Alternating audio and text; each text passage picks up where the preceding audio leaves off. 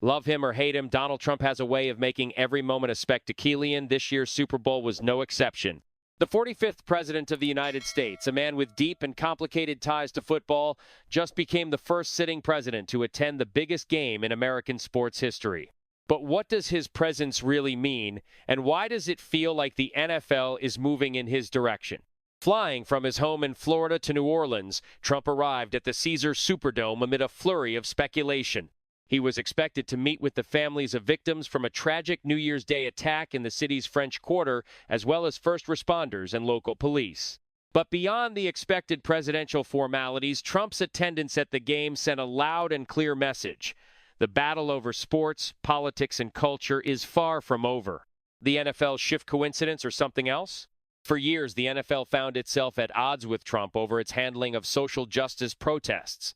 His famous war of words with Colin Kaepernick and other players who kneeled during the national anthem is still one of the defining moments of his presidency. He called for team owners to fire players who refused to stand, declaring at a 2017 rally, "Wouldn't you love to see one of these NFL owners, when somebody disrespects our flag, you'd say, 'Get that son of a B off the field right now. Out! He's fired.'"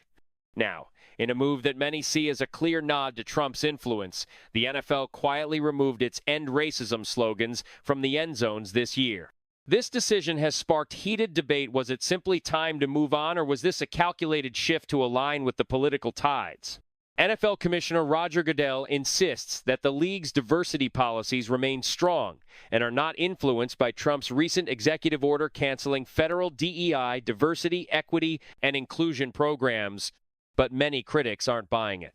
Alvin Tillery, a political expert from Northwestern University, called the move shameful, arguing that the league profits immensely from black athletes while failing to take a stand when it counts. Meanwhile, Trump supporters see the change as proof that the culture war is swinging in their favor. Trump and football, a history of high stakes. Trump's connection to football runs deeper than most realize. As a high school student, he played the sport. As a businessman, he owned the New Jersey Generals in the short-lived USFL and later sued the NFL in an attempt to force a merger. That move backfired, and the USFL collapsed. But his influence never faded. Several NFL owners have supported his political campaigns, and he maintains friendships with former players like Herschel Walker and Doug Flutie.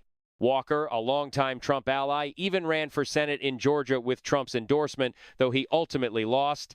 And let's not forget Trump's latest move in the world of sports, his executive order blocking federal funding for schools that allow transgender women to compete in women's sports.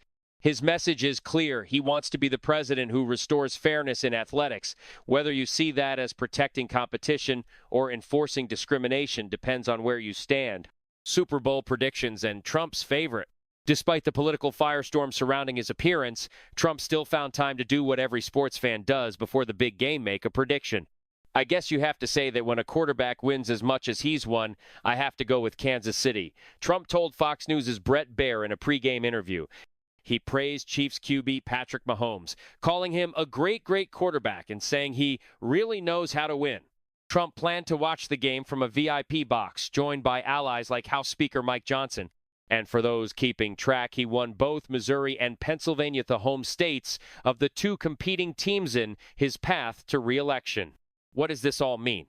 One thing is certain, Trump's presence at the Super Bowl wasn't just about football. It was about power, influence, and the ever-growing overlap between sports and politics. As the 2024 election cycle heats up, expect more moments like this where entertainment, culture, and the battle for America's future collide on the biggest stages. And if you think this is the last twist in Trump's high-stakes game, think again.